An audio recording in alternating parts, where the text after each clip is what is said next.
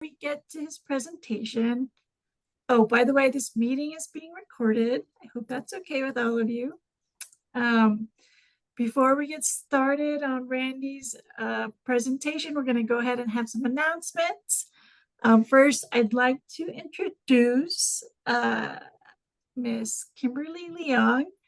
She is running for International Director to represent the Western District. We're going to have her give a little spiel. And when you're ready, Kim, go ahead. All right. I am going to share my screen if that's okay. Let's see. Is that showing up okay? Mm-hmm. Okay, perfect. Let's close that. All right. So hi, everyone. Thank you so much just for allowing me a few minutes to introduce myself. My name is Kimberly Leong, and I'm your Western District Past President. And I'm also a candidate for International Director for a 3-year term that starts in January of 2025. Hopefully you received your ballots yesterday and have taken some time to review the candidate statements and to, of course, vote. I just wanted to take a few minutes today to just introduce myself to all of you. So professionally, I am the acting Mobile Streets Director at the SFMTA. In this role, I manage about 60 staff that are focused on bicycle, pedestrian, and traffic calming safety projects, as well as bike share and our school crossing guard program here in San Francisco.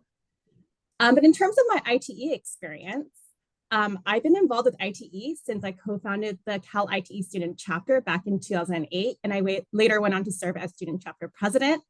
Here are just some fun photos of me from when I was a lot younger. The photo in the middle is me hosting my first meeting as a student chapter president, and that photo on the left is me attending my first district annual meeting. I later went on to hold a lot of different roles in ITE, including SF Bay Area ITE section president. And today I still work with our Cal ITE student chapter as their professional liaison. So that photo right there on the right is when Cal hosted their first student leadership summit in 2019 on the Cal campus.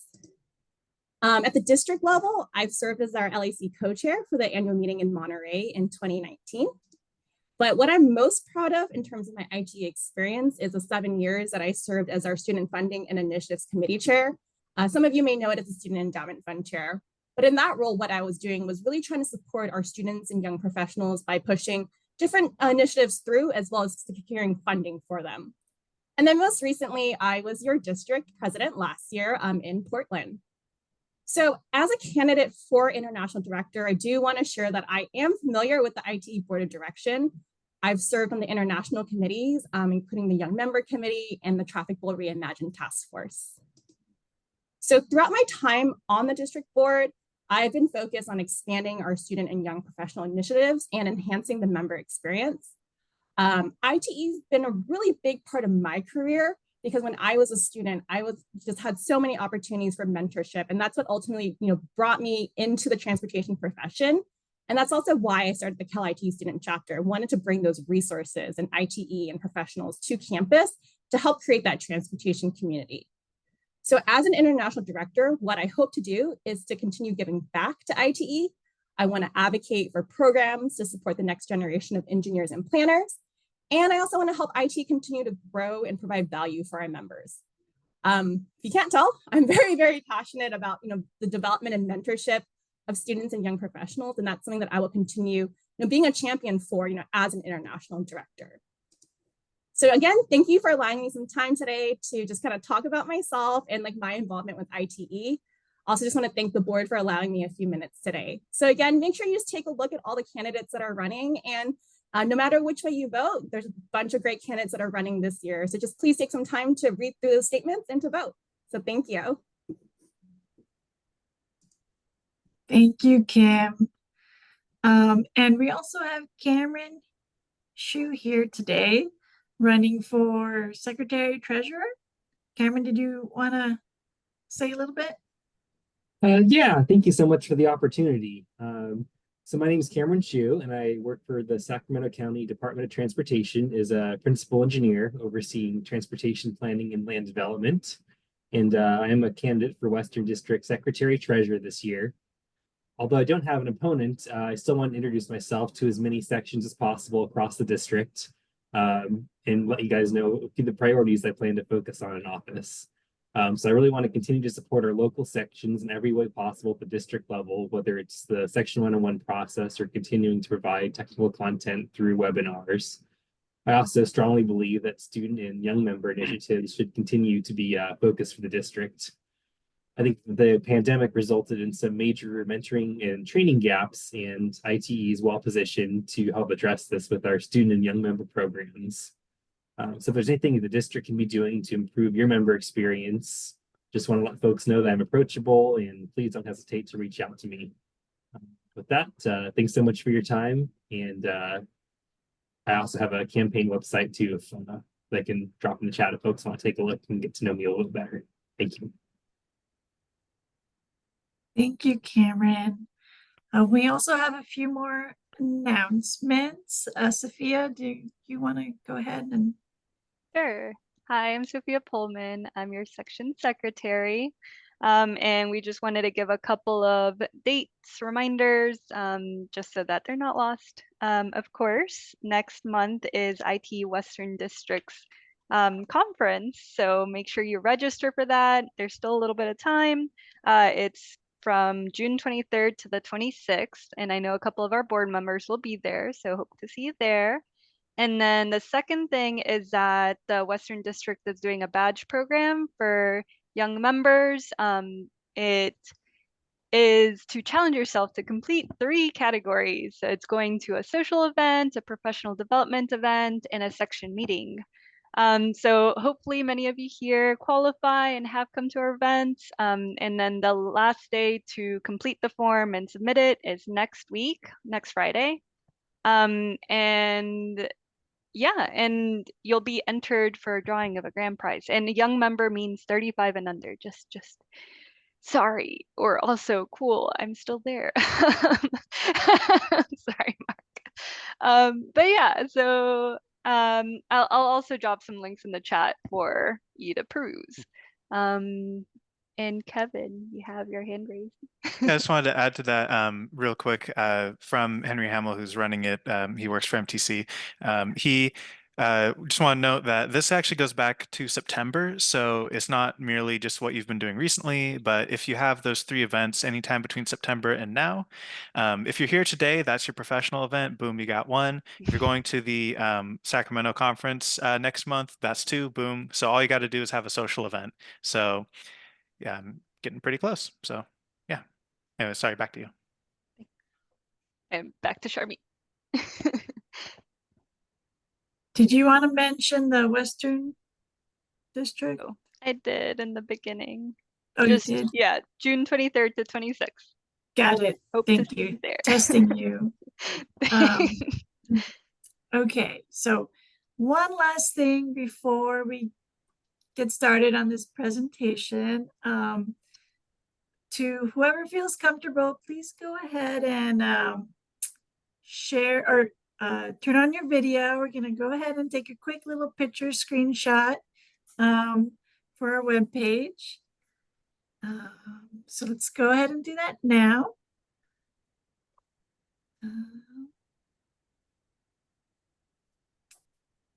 And I'm trying to figure out how to do it on my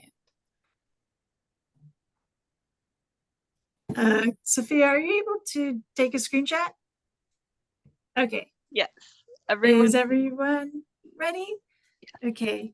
3, Say hi. 2, 1. Nice. Okay. Thank you, everyone. So we've all been waiting. Mr. Randy McCourt is presenting today about how the solar eclipse that happened last month impacted traffic. So go ahead, Randy. Well, I think we will get the screen sharing going here. Hopefully everybody's able to see this. Let me get the right screen up. Hopefully we got that up. Is everybody good? Looks good. Thank you, Randy. Excellent. Well, thank you, Sharman and Sophia. This is a great opportunity to speak to the San Francisco Bay Area section. I too was a president of the San Francisco Bay Area section a few years back.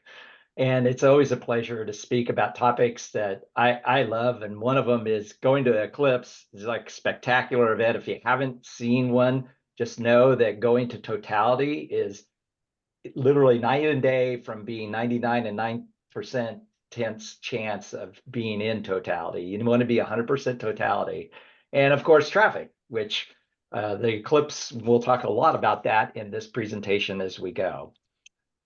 So what I've done here is highlight 5 areas, and these basically match. I've been putting some short articles together over a week or two's time span in a series regarding the 2024 eclipse and the traffic. And there's really some things that, like Mythbusters things like the first one. Oh, eclipse is like 50 Super Bowls. Well, we'll talk about that in a little bit of detail. 50 might be maybe a little bit of an exaggeration. Go into some detail about case studies of congestion and duration in the run up after the eclipse, and using Google traffic as a means of monitoring congestion over a 12-hour period after that. And then talk about the morning after, the next day, what after lingering effects on traffic occur there. And then comparing this eclipse to the 2017 eclipse, which happened literally just about 7 to 10 miles to the south of where I live, which was really cool. And what's next for 2045 when the next transcontinental total solar eclipse occurs. So let's get into some of the details of what I did. So first, when the eclipse happened in the mid-morning, midday of April 8th, I was taking screenshots of Google traffic across the United States and looking for, where congestion patterns existed. And so there's graphics like this that you can take across the United States. But what I really was doing was zooming into metropolitan areas in the path of totality and looking at the live traffic at that time frame and comparing it to typical traffic on Google on Google traffic. And if you look on the bottom of the screen, and my cursor is not that big, but I'm just sort of circling down to the bottom. If you didn't know this, you can just click on live traffic and typical traffic, and you get typical traffic for any day of the week. And it provides a good normalizing comparison for traffic conditions. So let's get into the 5 areas. Let's take that Super Bowl comparison as a starting point. So there are some reasons to believe that an eclipse is like a Super Bowl. It's a significant non-recurring travel event. It doesn't happen, on a daily basis, on a AM peak, PM peak basis.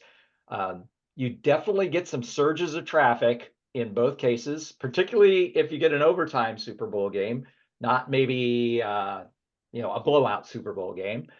And if you have situations in an eclipse where, and we'll talk about the weather a bit, where it's a little cloudy and you've got lots of lanes like Dallas, the traffic levels were probably somewhat Super Bowl-like in that specific setting, but context is everything. And across the United States, that was not necessarily the same experience that everybody else had. And you get lots of out-of-town travel in both events. And one of the things that happens with mega events like the Olympics or Super Bowl is warnings of Traffic-geddon, the world's going to end and things are awful. And that does actually, from a traffic management standpoint, play a really key role in helping keep traffic levels, particularly discretionary traffic in major metropolitan areas, from basically being combined with this sort of non-recurring traffic. And in some cases, that Traffic-geddon, I guess, gets on people's nerves. If you went to ITE's e-community, we had some people posting. I don't know, I guess in today's world, podcasts and social media, you got to have opinions. But being thoroughly disgusted about the fact nothing happened, it's just like, well, you happen to live in Dallas. That was a little bit different circumstance than the rest of the world. And so situations that when you do a Super Bowl comparison that might not be the same as our friend from Texas's perspective, but certainly not like a Super Bowl. These are not annual events. The last one was 7 years ago. The last transcontinental before that was 100 years prior. Weather is a big factor that was learned in 2024. It influences congestion substantially, and that's not something in the Super Bowl. You're going to the game whether it's bad weather or not. But in a case of an eclipse, there's a lot of discretion used in terms of the travel choice. The extent of congestion is substantially greater. Even, like I said, our Texas friends experience maybe wasn't so, traffic intensive. The reality is we go to Super Bowl and you know the community, you probably know the back routes, and you probably don't experience traffic either, for that matter. The other thing that's different than a Super Bowl is there's a multi-day impact. We saw this in 2017, and it actually manifested in one metropolitan area that we'll talk about in 2024. And when you look at the number of locations across the country in the metropolitan areas and the path and where congestion existed, there were about 25 of those that occurred. So maybe you could equate it to 25, but probably not 50. And one of the other things, not like a Super Bowl, is that the eclipses, they just generally were not really well served by transit. That might be an area for future focus 20 years from now for our next transcontinental eclipse. So let's get into some of the details. Weather was important. The forecast of weather was important. For example, Dallas was having 2-week forecasts out of thunderstorms and cloudy weather. And my particular trip was going to be to El Paso. Zaki, Mustafa, and I were going to meet there and drive from El Paso to the west side of Totality.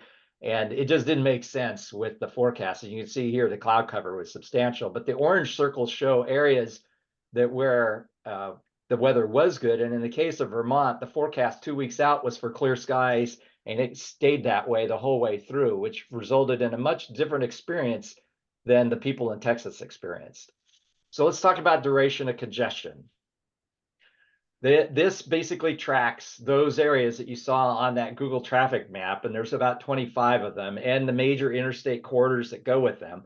And if you look to the right, the sunny weather locations have substantially greater 8 to 12 hours of congestion. That is way beyond a Super Bowl, I can tell you that. And in the case of the cloudy weather to the left, many of those, including Dallas, particularly, were down as low as 4 hours to 8 hours. Still a pretty substantial amount of congestion, but 4 hours on a normal commute might not be that bad if you're from Dallas. That might be a normal day. In terms of the miles of freeway, not lane miles, but miles of freeway, that also varied substantially. And in the Texas sites, again, in the cloudy weather areas, you were down in the 20 or 40 miles. And in a lot of cases, those aren't that far off from their baseline. And we'll talk a bit about that also. But when you get to Vermont, it was just massive. When you're talking 80 to 100 miles of freeway being congested, that's a different beast, and obviously a completely different event, and one that does require thinking and thoughtful planning ahead to deal with. We went into a lot of detail looking at case studies of congestion. So for example, for San Antonio and the I-10 corridor, Russellville in Arkansas, and the I-40 corridor, Indianapolis, the I-65 corridor, Syracuse, the I-81 corridor in Vermont, and there were 4 interstate freeways in Vermont that ran north-south through New England. Vermont's I-87 was a particular one of interest. You can see the patterns of the run-up to congestion. And I mentioned that 2 hour, it's pretty clear here, but a few of these exhibit different patterns in different circumstances and different durations. Certainly the Texas one ended a lot sooner than others. Some of them after the 2 hour run-up had long durations of discharging of that congestion. And others, it was a slower run-up and a slower discharge as we go through. A couple of those patterns I'll use as an example, a more rural setting in Arkansas and Russellville. A lot of the congestion that occurred in that setting was associated with travel to Oklahoma City and Tulsa, the major metropolitan areas along the I-40 corridor. And the congestion basically moved and migrated from east to west as it reached the junction of highways, interstate highways that service Tulsa and Oklahoma City. But you can see that longer discharge, a very gradual, it's almost like the stock market, goes down fast and comes back slowly. Well, in this case, congestion comes fast and discharged slowly. In Indianapolis, we had a completely different pattern, and that's why context is really important. Indianapolis had a direct flyover, a major, large metropolitan area with a lot of folks, but not more than 2 to 3 hours away is Chicago, a very large metropolitan area along the I-65 corridor. And so a lot of the run up to congestion was slower as people delayed their return, hoping to avoid congestion, plus the in metropolitan area of Indianapolis mixing with that. And then it finally reached its peak substantially later, 4 to 5 hours rather than 2 hours. So, all these patterns are not the same, and there's reasons for that in many cases. Obviously, the number of lanes, proximity to a major metropolitan area, the distance to that major metropolitan area, the weather, all play very, very key roles. So let's talk about the morning after. That was another area where we were comparing typical traffic to live traffic. And we added up all the lane or freeway miles of congestion in a typical morning. This would have been Tuesday morning, right about at 8 o'clock, and compared that to the live traffic to see what kind of differences occurred. Well, it was very interesting. They're all over the place. And you get pretty much an average of, generally speaking, a little bit more congestion in most of the cases, from 0 to 10 miles, which isn't percentage-wise a substantial area, unless you're in Russellville where there's never congestion. You probably feel that's a lot of congestion. But there's 2 case studies on the polar ends. And let's start with the Texas ones. Texas, traffic get in, it's going to be terrible. We got tons of lanes. It flies right over the top of us. We had cloudy weather. A lot of discretionary travel didn't happen or didn't manifest at all. And so in the end, with all the traffic getting and with the, oh gosh, something that didn't happen in 2017 that is readily available are virtual meetings. There was actually less traffic in the morning commute. And that was unique, I think, to Texas and the circumstances there. But it's not unusual in a situation where a direct flyover with not a lot of stuff around it, and all the metropolitan areas near Dallas all had direct flyovers, so they didn't need to go to Dallas. And so you get one set of circumstances. Then you go to the New England area and you go to Vermont. Substantial congestion. You had these 4 2-lane interstate freeways. And then in the Boston area, you had a big hub of external travel, that with long duration, advanced 2-week notice of great weather. The only great weather is literally in the United States, pretty much, that was forecast, and combined with metropolitan traffic. And it was at that crux of that 3 or 4 hour distance away. So you had a lot of travel going to the metropolitan area, returning, staying, and then traveling out. And you see, this was very common, what we saw in the West, in Denver, Portland, and Salt Lake City in the 2017, of substantially greater congestion that a day or 2 later stabilized and returned to typical. So how does this compare 2017 and 2024? Well, these are the paths of totality in both. And you can see one is an east-west and one is a north-south sort of kind of. They both traverse North America, and in 2017's case, the United States, and they span many metropolitan areas. So what are some of the things that were the same as 2017, and what are some of the differences? Well, those micro surges, that uber congestion in the post-ecliptic, post-traffic period for the eclipse, were very similar in both. Very substantial congestion in the West, where there were very few routes. For example, I-5, I-15, and I-25, pretty much the only major interstates in the West serving the totality zone, and big congestion in both Vermont and in those settings. The 2 hour peak, that was very similar. The Traffic Management Center and ODOT, Oregon Department of Transportation, we had very detailed data that we worked with in 2017. It basically earmarked that 2 hour rise to the peak congestion, and then that was the cresting and the discharge. That was the same literally across the United States in 2024. The miles of congestion for many hours, very similar in both cases. The near totality metropolitan areas, let's say less than 4 hours drive, creating mega congestion opportunities. Both times we had that. And roughly the same time of the day, it didn't happen at night. I guess it really can't with solar eclipses. But in the case of both of them, they were like mid-morning to late afternoon. And so the timing was about the same in the day.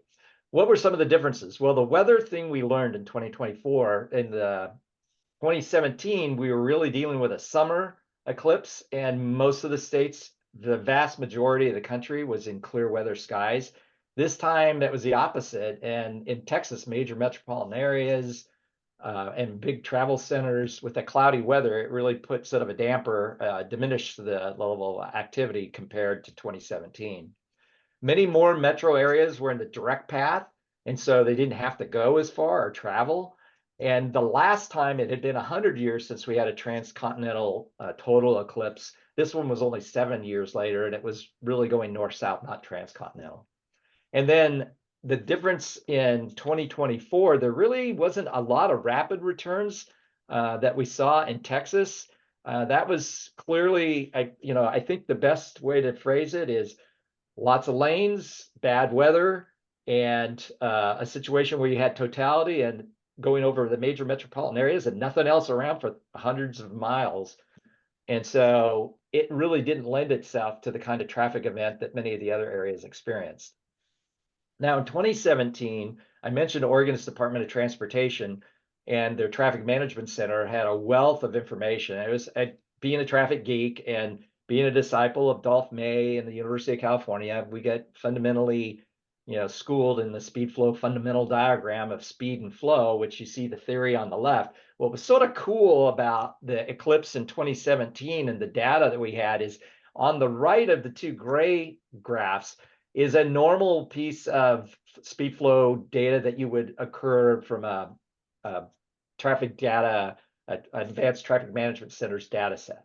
And so you get tons of top level where the solid line of the fundamental curve is on the theory, but very little of that in that, super congested zone.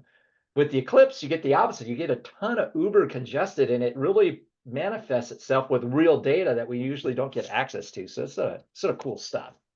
All right, let's talk about the future. What's going to happen next? 20 years from now, on Saturday, August 12th, 2045, at about 8 a.m., California will be the first to see the total solar eclipse. And the totality zone spans an area north of Sacramento up towards close to the Oregon border, towards Dunsmuir in that area. And it spans the entire country, terminating on the transcontinental path down by Miami, Florida. It hits a ton of major metropolitan areas. So about a dozen of them are significant areas of opportunities for people to see it right from their home. And not only that, there's another 10 that are really close and nearby totality. And it seems like Memphis, St. Louis, and Nashville, they're the lucky winners of the triple crossing because each of them have passed really nearby. And that was one of the things that we did learn with Nashville and St. Louis with some of the data, is that the 2017 precursor led to much more congestion in 2024 with a little bit of advanced marketing in that 2017 case. We do get totality close enough to, I'd say, that 3-hour zone. Sacramento and San Francisco will definitely be in that, and they will be part of the 2045 eclipse travel event. So with 20 years of planning, what can we do? What are the actions that have been thought about? Maybe were tried and some that were not tried. And we've got a big list here. And I think the intent isn't to say, let's stop all of our investment in transportation and only focus on an event that lasts, for 4 minutes. That's not the intent. But what is the intent is when you have 100 miles of your interstate freeway under congested conditions for many hours, 4, 5, 10, 12 hours, that creates some public service issues and public safety issues. And we can do better. And when we think about our investments, if we can do them in just a little different way and really prioritize certain events that have independent value, mutually exclusive value in today's world, tomorrow's world, 2035 world, but else actually can help us in a mega event like an eclipse, that would be good investments and prudent to think about in terms of our planning. So what would those look like? Well, collaboration and corridor management, which we do today, we should continue. It really helped in 2024, and it will definitely help in 2045. Active transportation investments, and I'll talk about some specific to California of examples that can be tried across the country. Reversible lanes, shoulder running, and portable ramp meters, none of those hit the radar screen. I really think there may be some opportunities in 2045 and, might be things to discuss and look at. Extensive use of rail and bus service. There was a little bit of that being done, and maybe it's because the weather is an on-off thing in the finances, in the financial world of having if you're going to a Super Bowl, you're going to the Super Bowl. But if it's a cloudy day, you don't want to go. And it's pretty tough to make money in that. And so we just have to figure out how to use those resources better. One thing learned in 2024, hardening the cell coverage in the areas of the eclipse is essential. In Vermont, there were a lot of situations where people were up there in Burlington, they looked at their phone, they were getting Google traffic or Apple traffic or any of the traffic services of events from an average day, not what was real time in the spot. I was getting real time, but they were not able to get that because of the service coverage. And it led to a lot of poor choices and people just stuck on the freeway and difficulties in communicating along the way. And so clearly an area for 2045, we should not have that problem. Basically, a real basic fundamental is service coordination, food, gas, and restrooms, particularly restrooms, putting some porta potties out and expanding them in rest areas when people are stuck on a freeway for 6 and 8 hours. That's not a big thing. Putting them in places like fairgrounds and other places where people collect. Another thing, food planning, food carts, structuring things like a farmer's market in some of these locations on the day of the eclipse, so people can stay around, get some food, and then having food carts at some of the rest areas along the way, and making sure gas, we didn't really run out of gas, but it got close in some of the areas in Vermont, and making sure there's some planning that goes along with just the routine structuring of the planning for these services. Rental car shortages, Dallas was loaded with them. I know Zach and I looked, they were trying to rent cars for $500 or $600 a day. I am sure Hertz thinks that's a really cool thing, but I think from a public standpoint, doing some forward planning to realign some of the facilities and rental car for those folks that are traveling in metropolitan areas that are 3 and 4 hours out wouldn't be a bad thing. Construction scheduling to avoid lane closures, that was done very well in 2024. I will admit in Oklahoma, I think they thought they were far enough away from totality. It didn't matter. It does matter. If you're within 4 hours, you should not be closing lanes from a major metropolitan area within that kind of drive shed of totality. And then the use of major event facilities like stadiums or fairgrounds. All of these are things from a planning standpoint or things to think about. And I'm sure you'll be thinking of more. I mean, for heaven's sakes, and the last time we had a transcontinental, 100-year transcontinental eclipse before 2017 was 100 years before. There was a little bit of technology change. And even from 2017 to where we are today, frankly, virtual meetings popped out and played a key role for traffic management this time. And who knows where we'll be in 2045 in terms of technology and opportunities. Maybe you'll be big screen TVs and you'll send your drone into totality and you'll watch it from home. Who knows?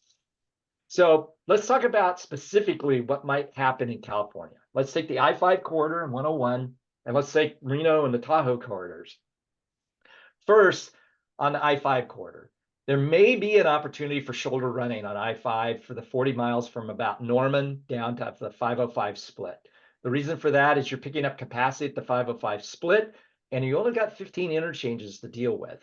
And so there may be opportunities for vehicle only, not for trucks, to be able to go shoulder running. There may be an opportunity there. Also coordinating with frontage roads like State Route 99W, frontage road to I-5, and adding an aux lane, for example, between Road 8 and 505. It's not even a half mile, but that aux lane, if added before the totality, will probably play a real key role in the traffic coming down from Red Bluff and from Redding that day. Special Amtrak services out of Sacramento. There seems to be good opportunities both to the north and to the east to coordinate that with public transit services. And then using fairgrounds, for example, in Red Bluff, the Tehama County Fairgrounds, the riverfront parks in many of the cities, wildlife refuge areas where express buses could basically land and deliver people and then take them home, and coordinate farmers markets and different activities, things that, delay the departure so that we can spread the traffic out. In the case of 101, Wine Country Express and shuttle buses up to Willits in that area, expanding campgrounds for longer stays, and expanding and utilizing the smart trains and maybe the skunk train services in an enhanced manner to get as much activity potentially off the highways as possible in the 101 corridor.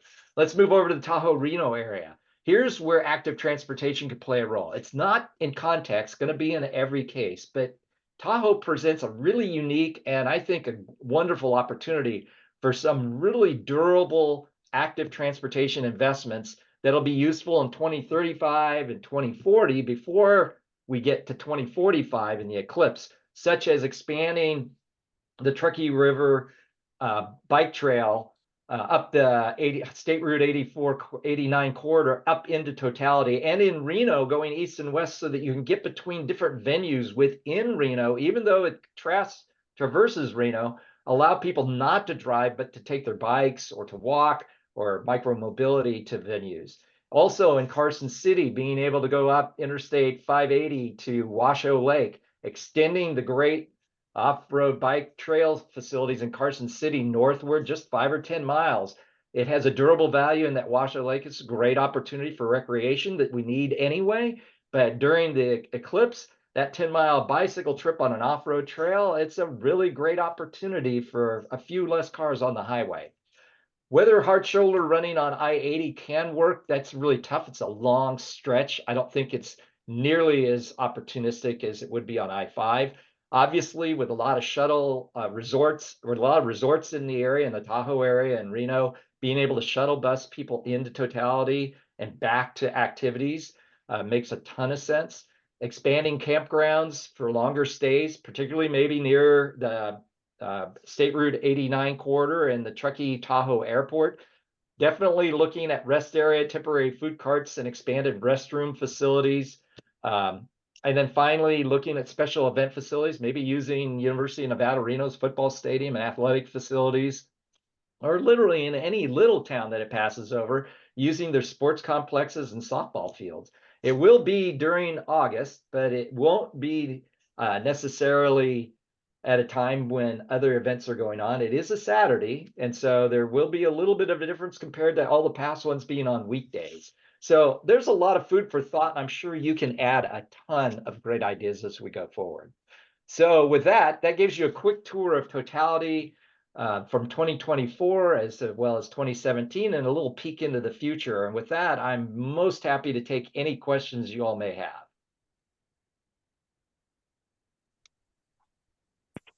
Thank you so much, Randy. Oh, Mark, always enthusiastic. Go ahead with your question, please. Thank you, Randy. That was good. A lot of us thought about parts of this. I don't think we ever saw the whole full picture before. So thanks for bringing that into view. Some of you will think about that later and groan about what I just said, but you'll get it. So a couple of things. One of the differences between 2017 and now has to do with we're sort of in this post-COVID era and a lot of working from home. And that affects a lot of the travel during the day. And this is all weekday events, right? Did that play into it? Is that another factor in terms of how things, played out in terms of other travel that's happening in the area, regardless of the eclipse? Yeah, I think, Mark, this is where that Traffic-Geddon thing goes with, and it sort of goes with using this in LA and the Olympics coming forward, is the forecast of travel for a lot of people in metro areas not making, the discretionary trips that don't really need to be made, or going to the office during the peaks, things of that nature, particularly on the day of the eclipse. I think it really helped a lot. Unlike 2017, where I-5, I-15, and I-25 were an absolute mess. I mean, they were utter disasters. We didn't really see that, although Vermont, there were 4 interstates. There's I-87, I-89, I-91, and I-93, you would think, and they're all that's enough density, but they're all 2-lane, and one of them, I think I-93 goes through Franconia Notch, which goes down to a single lane. And that was a major congestion point. And really no means of virtual meetings or anything was going to solve that problem. But the reality is, I think, that kind of travel management strategy. And I think in the future, I think there's going to be more opportunities for that to help us in managing these kinds of, surge one-time mega events. So a couple of things. You're talking about planning for 2045, and also trying to reduce other events that are, concurrent with that. I don't know what did you say what the month or the days are in 2045? Yeah, it's August 12th, and I believe it's a Saturday. So it creates one thing, you're out of the weekday, but for a lot of your, event type stuff like a ball field, I know Zachy and I were looking at going to, I think it was Kerrville, to a bunch of softball fields to just, big open space, but all of a sudden there are probably going to be softball games on at the time. So it's going to change things because it's a weekend.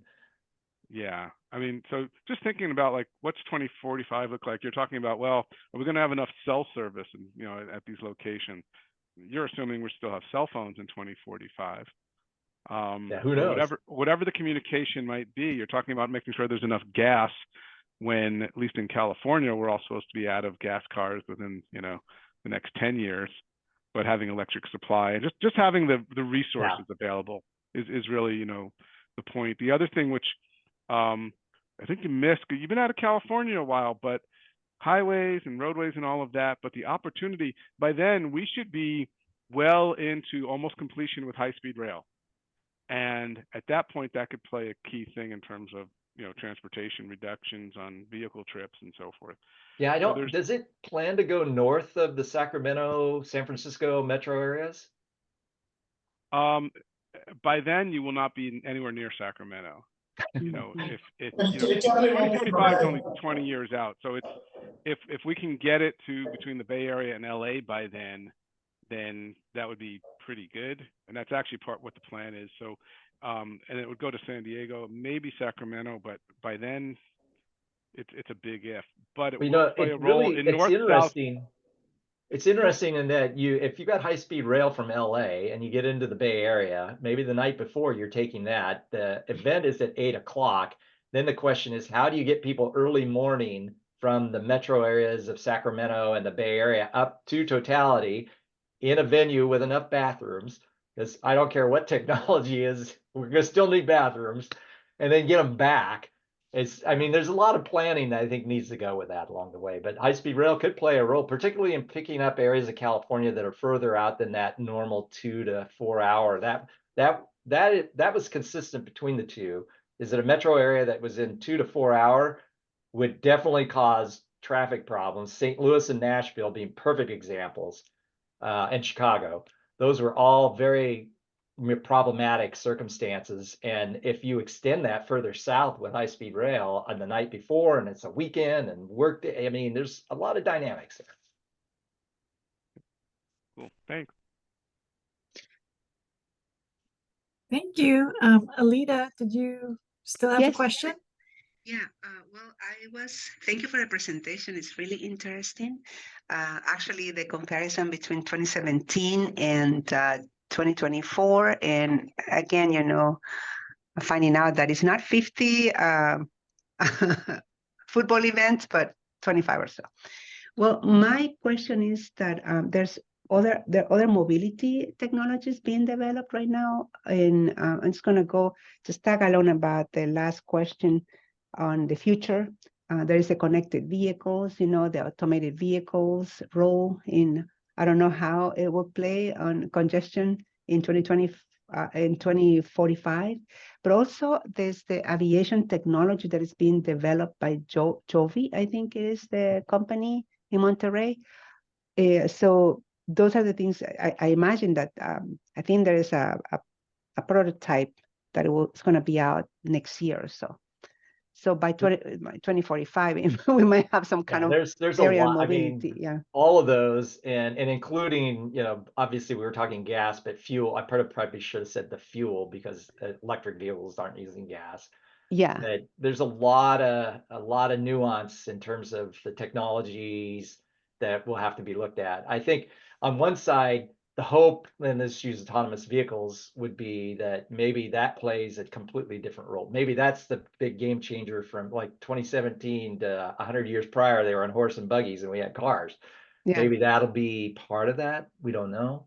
But in any case, the opportunities to make investments, and I'll use the active transportation ones in the Tahoe area, those are things that we probably should do anyway. Anyway, yeah. The prioritization may not have hit the right way, but this is just another, put another, weight on the scale of, hey, maybe this is a good reason to do this for other reasons too.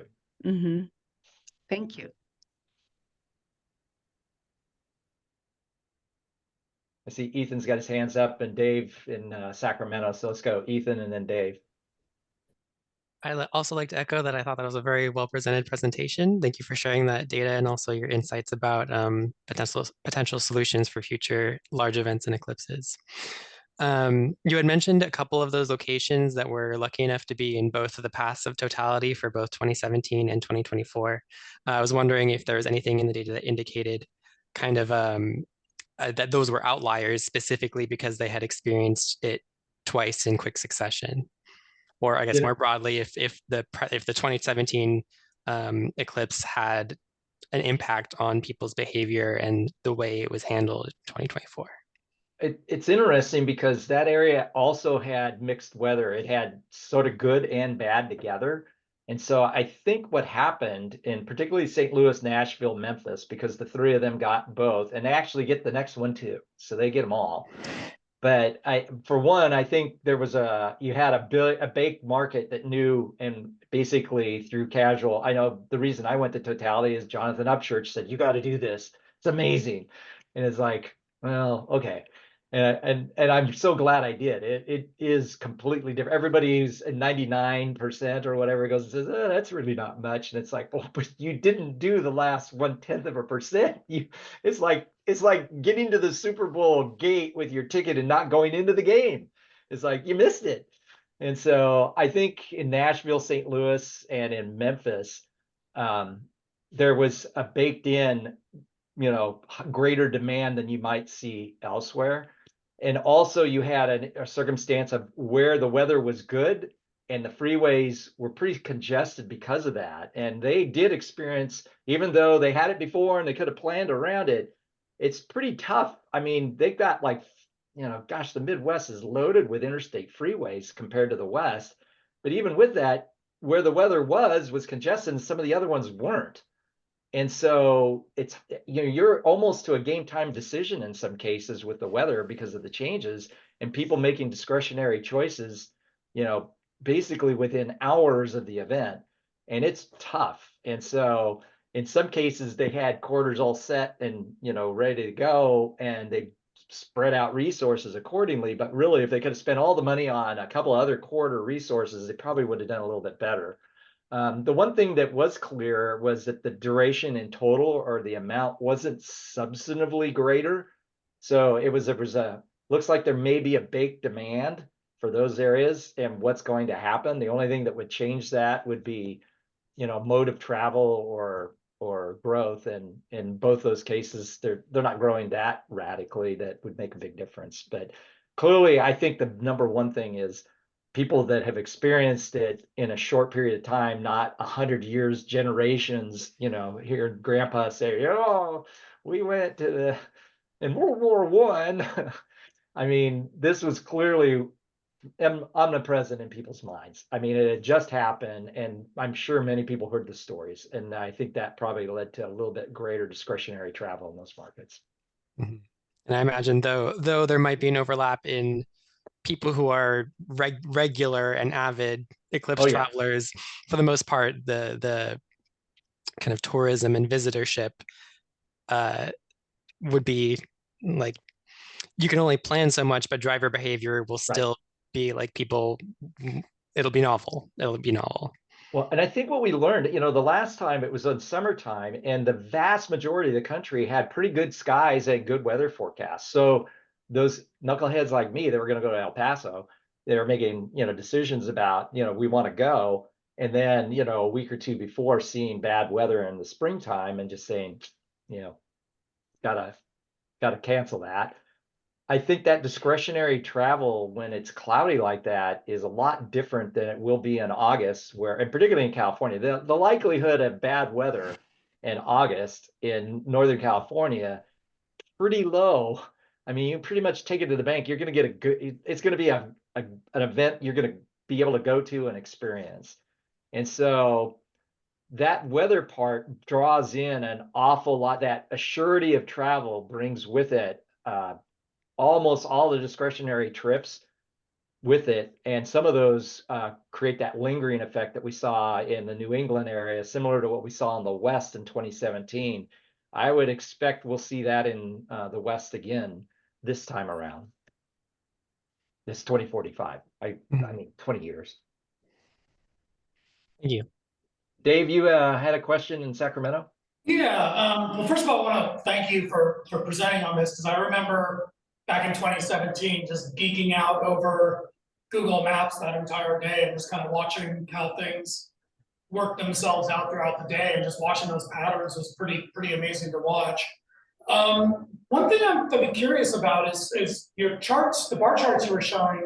I'm wondering how much different do you think that data might present itself if you were actually looking at, you alluded to lanes a lot in your discussion, and how much different do you think that data would have presented if we're looking at lane miles of congestion? Because it'd be really interesting to see, in what you were showing, obviously the Burlington, Vermont case, and the cases up in New England where you've got small 2-lane roadways show very long distances of backups. And Texas didn't quite look as bad, but I'd be curious if it was lane miles, if it really would show vastly different results or not. Probably not. And here's why, is that almost all of those interstate corridors that I mentioned, I mean, not every single one, not for their entire length, are 2 lanes. So for example, I-40 in Russellville, Syracuse, the Indianapolis to Chicago, almost all of them, when you get outside the major metropolitan areas, the interstate system, reverts to basically 2 lanes each way in most cases. And in Texas, in the urban areas, yes, Dallas being the example, where there's just a high density of interconnected network with lots of lanes, that doesn't express itself when you get out into the rural or the flyover states in the United States. But even in Texas, when you go from San Antonio to Houston, and Houston was within a drive shed of going to San Antonio, and with the cloudy skies, I only wonder if the forecast 2 weeks in advance of Texas being sunny the whole time, Houston to San Antonio, there was congestion. The only reason San Antonio had, I think it was 6 or 7 hours, was Houston. Dallas was done in 4 hours, and it's a 2-lane freeway also. And so what you're seeing in terms of freeway miles, because they're almost all 2 lanes, is pretty consistent with what lane miles might look like. But I think the thing that really was learned in 2024 is the weather impact and the uncertainty associated with forecasts. I mean, we have really great, the other thing we have that didn't have in the past was this ability to forecast weather pretty accurately 2 weeks out. I mean, the forecast in Texas for clouds 2 weeks out with thunderstorms, it was pretty much spot on. And if you know Texas, you have a thunderstorm, you do have breaks in sky. And I know in Kerrville, because I had friends there, the skies broke for 15 minutes for the eclipse, but then it went cloudy. And so for any discretionary person, if you're really a geek eclipse person and you live there, you would go. But a lot of people, why you go through the hassle when you don't know the uncertainty? And so it virtually wipes out that top end, amount of discretionary traffic. And so that weather part of it is unsure. But I think, we're in August again in 2045. I think, there's going to be some places with thunderstorms. Of course, there was in 2017 too. But boy, for most of the country, it's going to be a show from coast to coast.